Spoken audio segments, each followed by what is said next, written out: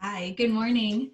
This is Dr. Lori Baudino, and I'm doing collaborative check-ins each week as a special request during this time. I'm a big believer in supporting all professionals as we come together to support the whole child. And so today I have a special guest, Dr. Ben Russel, and him and I have gone back. I don't even know if I could say how long we've known each other, Ben. We've had the privilege of sitting in colloquiums with Dr. Daniel Siegel, and I have been honored to work with Dr. Ben at his Real Connections Child Institute that you've had since 2004. Is that correct? That's right. Yeah. Yeah. I want Dr. Russell to tell us more about your institute so we can learn all about you. Yeah. Thanks, Lori. Thanks for doing these and for having me on. It's a pleasure to chat with you this morning. I started Real Connections Child Development Institute in 2004. So for 15 years, 16 years now, we've been supporting families with children with special needs. We primarily do in-home developmental support and have worked with families, from very young children under 3 to we work with young adults and the whole range of the autism spectrum and other challenges as well. So right now we have continued our work with in-home and telehealth, working with kids and families and supporting them in this crisis, and seeing the kind of the level of need that's happening and a variety of responses. For some people, they have really enjoyed it to find more time to be home with their family and less of a busy schedule and finding a rhythm. And of course, it's been extremely challenging for a lot of people as well. And they really needed some intense support from our staff. Yeah, and what's so unique about Real Connections and so needed is one piece, a huge piece, is your approach that you all use, which I would love to talk more about, and I'm an advocate for, and I use within my work. And then also just that you have this multi-disciplinary team that, you've got all these pieces of different professionals that work with the families, as well as providing services in schools and in home and in the clinic as well. So you're getting to see and support children in so many ways. Maybe we can talk more about, just for a moment, Ben and I could go off for a long time talking about the DIR model and floor time, but what would you tell our audience today about that model that you use? Yeah, so I got trained in the DIR model really early in my career, and that's kind of the primary thinking approach that we use in our work with kids. But as you alluded to, we have a lot of influences that we kind of bring into our work and our thinking, and that's actually fits with the DIR model, because the DIR model is a very comprehensive model that looks at all the systems of developmental growth of a child. And so we're incorporating language-based and behavior-based and movement-based kind of approaches into our work. So I went, yay. Yeah, lots of movement. I've found that movement is probably the most powerful tool, movement and mindfulness. So kind of connecting with our work together, our learning together with Dan back in the many years ago. Those two things continue to be the most powerful tools that we have with children. And as kids get older, I would also add music, which sort of connects with your work as well. Definitely, yeah. So I feel like we have to tell everyone, so DIR is... So the acronym stands for Developmental, Individual Differences, and Relationship-Based. So it's grounded in those three principles or areas of thinking. So we really look closely at the client's developmental levels. So and we see them kind of as a pyramid more than a ladder. So the lower levels are foundational, and then we build on lower levels of social emotional development. So starting with just basic regulation and ability to process sensory information in the world, and building to being able to engage and form relationships and communicate, and then do higher level problem solving and thinking and, emotional thinking and symbolic communication and language. So the whole model is based on the research of Serena Wieder and Stanley Greenspan, and research they did on development decades ago. And they used their findings in understanding early child development to kind of build this therapeutic developmental model. Yeah, yes. And so that's the D. The I is kind of what we alluded to in terms of the different systems of development. So we look at language, we look at visual processing, we look at auditory processing, we look at motor development, and sensitivity to like all the different stimuli that come in. Sensory system, yeah, right. All the sensory systems. And then the R is relationships, and the DIR model is really anchored in the idea that affect and relationships are central to regulation and to motivation and all areas of development. Yeah, I use this it's interwoven, it's kind of it's finessed into the work, and being able to give children a way to really be seen so comprehensively is incredible. And a part of having you on today is just giving parents this idea and understanding that these resources are out there, and that you can be able to learn so much about your child and really celebrate your child, and not see them, their adaptive responses, see how to handle when change happens in the world, like this pandemic. I know that when you're working with clientele right now virtually, is there some support that you're feeling like is consistent for these families that's important for them to know about as they're with their child, or even for themselves as parents? Yeah, definitely. So a few of the principles that we're really anchoring our work in are kind of like the mainstays of mental health. And it's been great because I developed a training around these principles like within the first week of the quarantine. And as I've seen information come out from the American Psychological Association or whatever groups, it's been consistent. So I feel like I'm on track, but also it's great to see the whole field of mental health focusing on some of these areas that we know from the neurobiology of human development that these are the important areas. So what I would start with is actually movement. And exercise and movement are so critical for our mental health. We learned many times over with Dan Siegel that we're embodied and relational beings as people, and our bodies are really critical to our mental health. They're where we process emotion and how we connect with others. I mean, this is where we live, these bodies, and movement and exercise.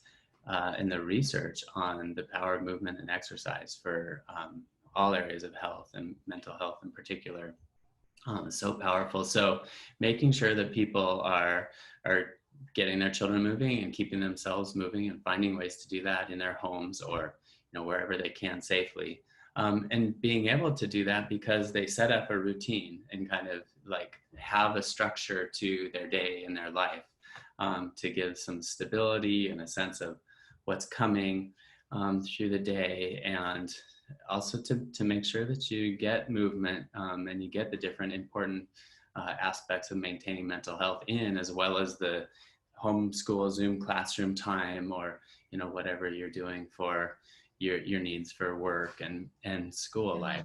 Yeah, I love that. I know there's more to this. I was just I'm so aware that children are seeking this out. So there's this whole discussion of like, how do we get our children to sit on Zoom? And the children are doing activities like hide and seek and building forts and hiding in pillows, climbing on things. Like their bodies are naturally going to protect themselves. And so there's a lot of movement happening. And now I love you're bringing acknowledgement to like, let's acknowledge it, let's make time for it, and let's join it and really take care of ourselves from that simple movement to like getting outside and exercising. And Yeah. so great.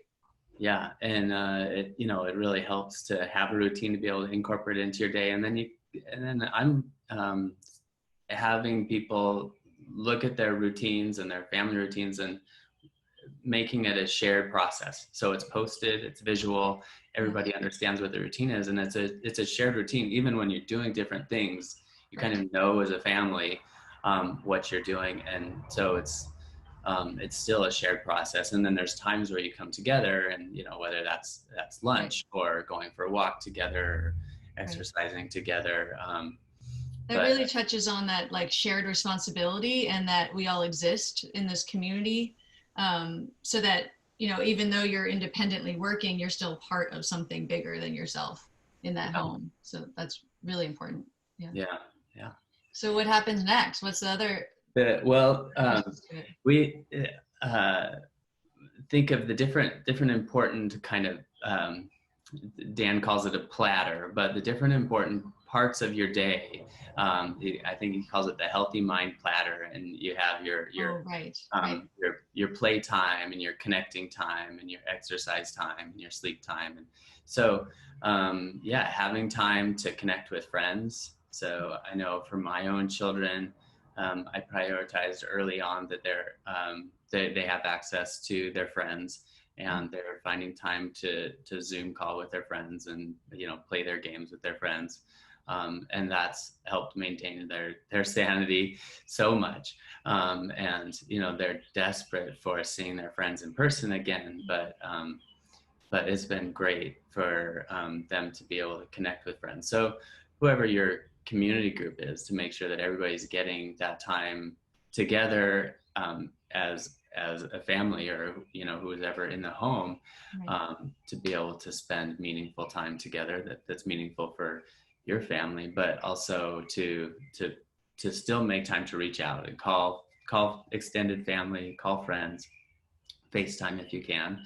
And then, you know, mindfulness, and there's so much being written and researched on mindfulness every year. You know, it's more present in the media, fortunately.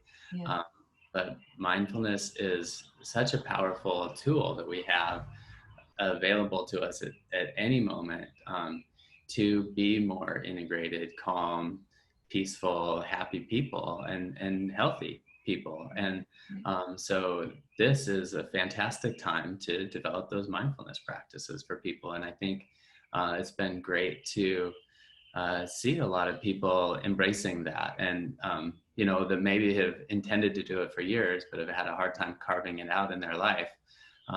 This is the time to find that inner peace, and have each of our own inner peace, you know, kind of be the starting place for relationships and self-care, and our work and our homeschooling, balancing, you know, all the demands that are on families right now, for it to start with ourselves and to start with our mindfulness practice. And I'm thinking how important it is too. It can feel so simple, and maybe even sometimes unsure. But you have how many providers do you have at Real Connections? You have a lot, right? Around 115, I think. A little bit over 100. Right. So all these providers, incredibly trained providers, really supporting these children and families, and really understanding the whole child, the whole system. Being able to now virtual sessions, giving an opportunity where you can have a mindfulness moment with a provider that really understands the child is so important. And even if in the visual, like in the actual moment, you have the provider taking the child through a mindfulness practice, you know, the parent might be watching and saying, you know, is this enough? And it is so important. And it's so rich in learning and health for that child. Do you have some of your practitioners doing this mindfulness work with the children during their sessions? Yeah, absolutely. A lot of our kids, it's difficult. So certainly with the kids that can do it and have buy-in, you know, this is essential to our practice.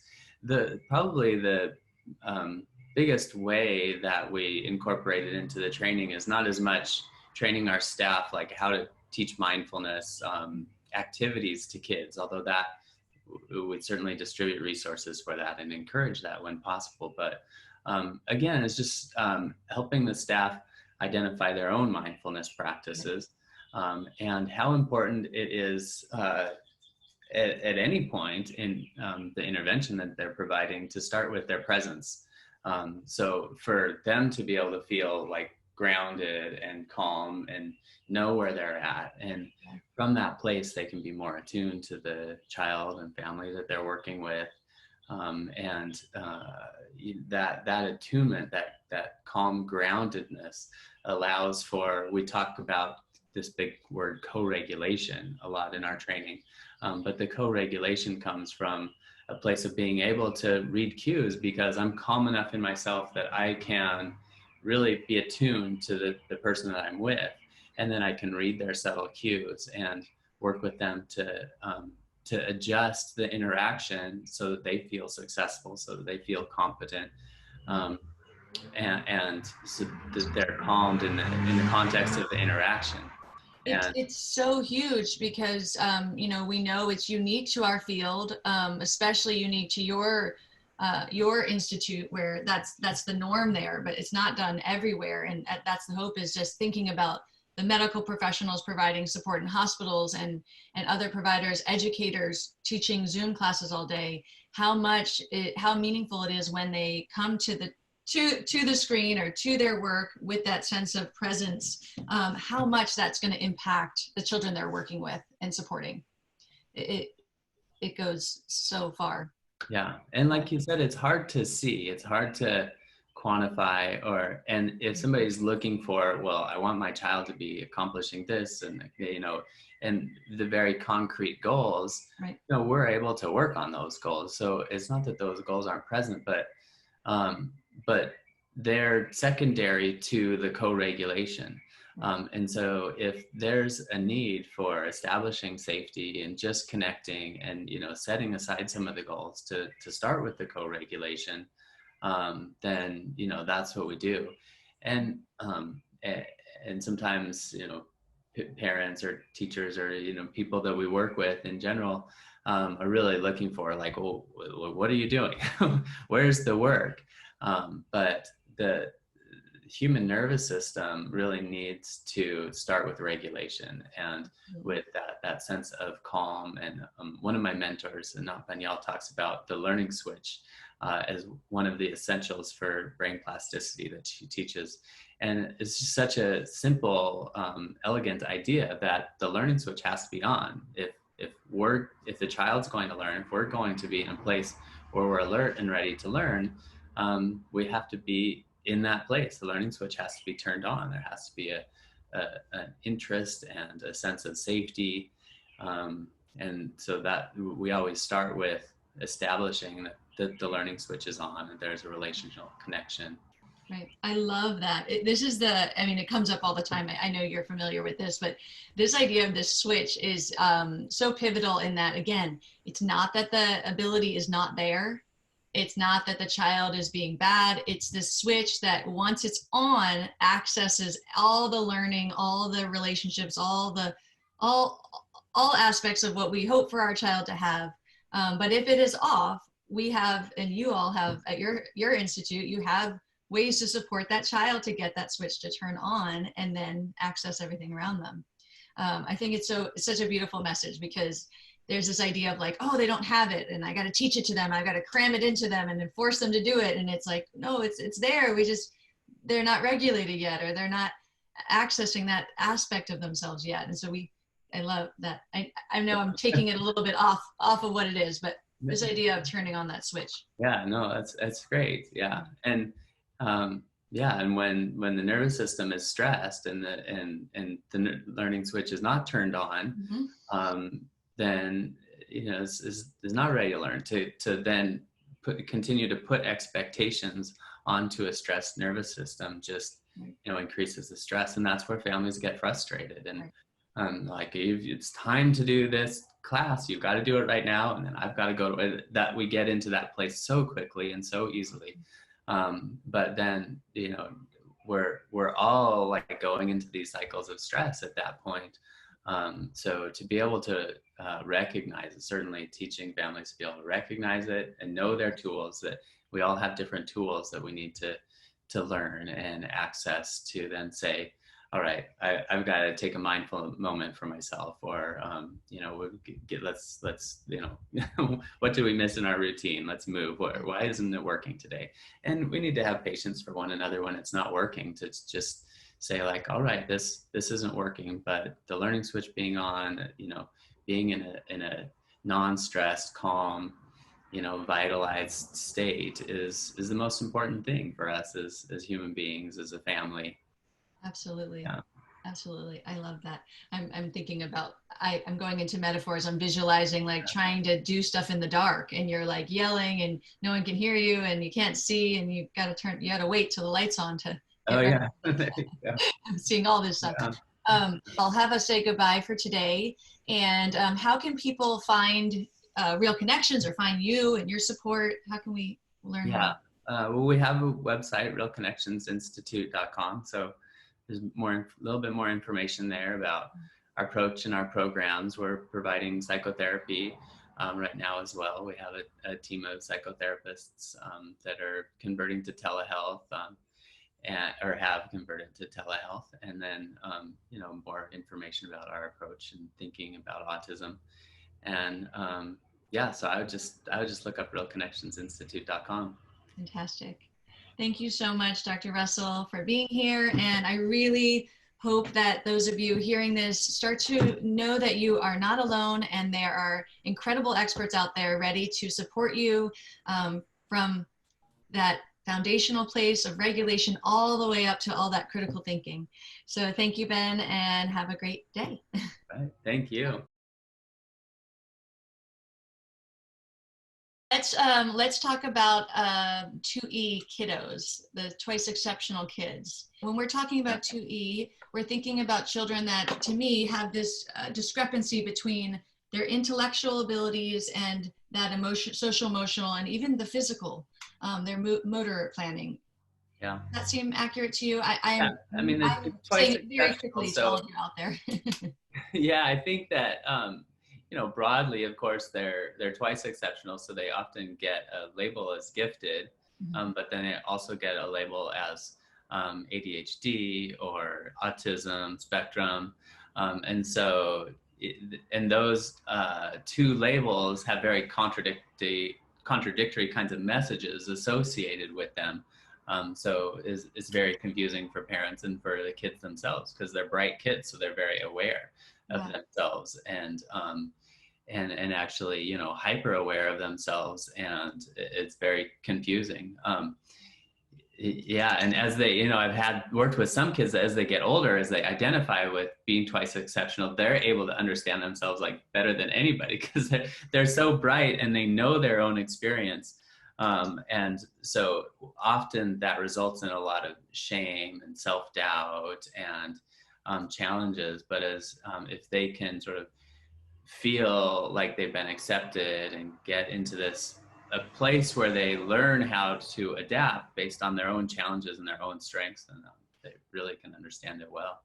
So some of the things, just to like simplify it too, because there's so much more about this, and even specifically to go into that diagnosis, what that means is that when I support a child and the parent has these challenges in the middle, and we see a disparity, like this intellect or these special talents, these special skills that just they get and they grasp, and it's kind of the kid that you say, well, they're so capable, and yet why are they doing this? So why are they having the big meltdowns? How come they're having challenges playing or understanding when we tell them something? And I tend to say, like, they're consistently inconsistent. So it's okay that one moment they might be spot on and it just works, and other moments it might take a little bit more finessing to get through, and that's consistent, and they're both accepted.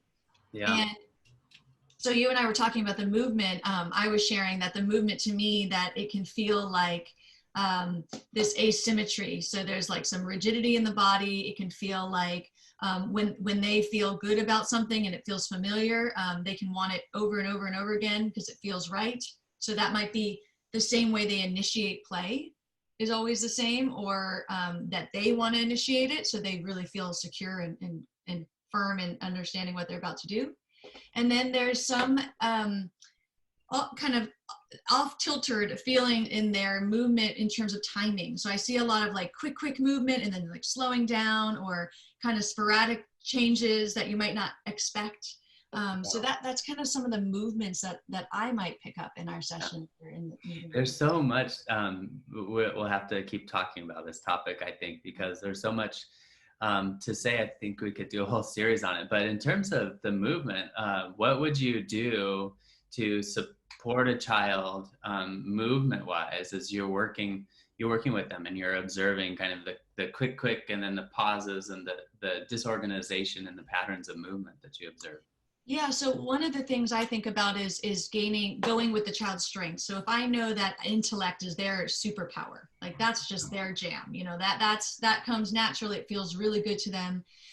So I'm going to think about really helping them focus on taking that timing and focus on directionality. So making it intentional, where we're seeking out, maybe we're exploring something that they really love.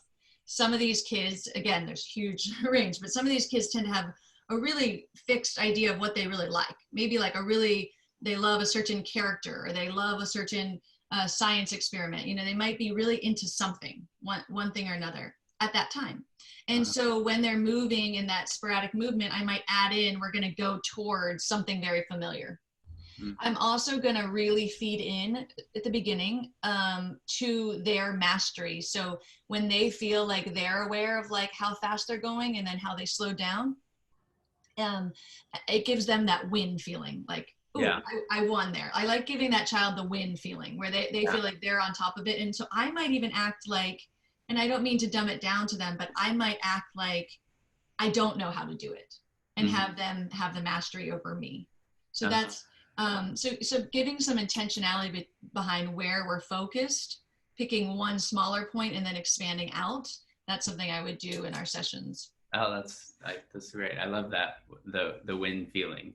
Like I talk about wanting the child to feel successful. Yeah. And always being in every moment a priority. I mean, you have to set boundaries and limits, and you know, do all of that work and work through the shame that comes up when there's some kind of a boundary. But you still want, the goal is still like to feel successful in re-regulating themselves. Right. So the long run, like, still is like, okay, we're gonna stay connected. We're gonna get through this until you're re-regulated, and then we're gonna say, hey, you did it. You honored the boundary. You re-regulated. Let's go on with the day. Yeah, I find that working with these kids is so confusing because of the kind of disorganization that you're talking about. It's in the movement. It's in the behavior patterns, and it feels very intentional to a lot of parents or a lot of teachers when they have twice exceptional kids and they see how bright and capable they are, but then there can be a lot of rigidity and a lot of challenges for them because their world is actually very chaotic, and their sensory processing of their experience is very jumbled. They're so bright that they're able to cope with it well, and then they look like, you know, they're capable, and so then you assume that the behaviors are intentional when the rigidity comes up, but it's actually related to how really chaotic and confusing their world actually is, and how hard they're working to kind of keep it together and maintain using their strengths. So important to focus on the wins and focus on like the areas of mastery and expanding capacity around those, but you know, keeping that acceptance and that problem solving going the way that you're talking about. When that child is driven towards, I just want to get it right, I just want to organize it, and it's not fitting, right? And so it feels that you do see a difference from other children, and all children can feel a sense of shame or doubt at times, but I see often with these kiddos like a real shame feeling when they do something that they, quote, weren't supposed to, because of that intellect and that ability to live in a body that's saying, I know something, but yet my body and my emotional state is not there at the same time. And I always say yet. It's not there yet, because I'm a believer that it can be. and we see it in them. It certainly can be, and then sometimes it's not. So it has options. So.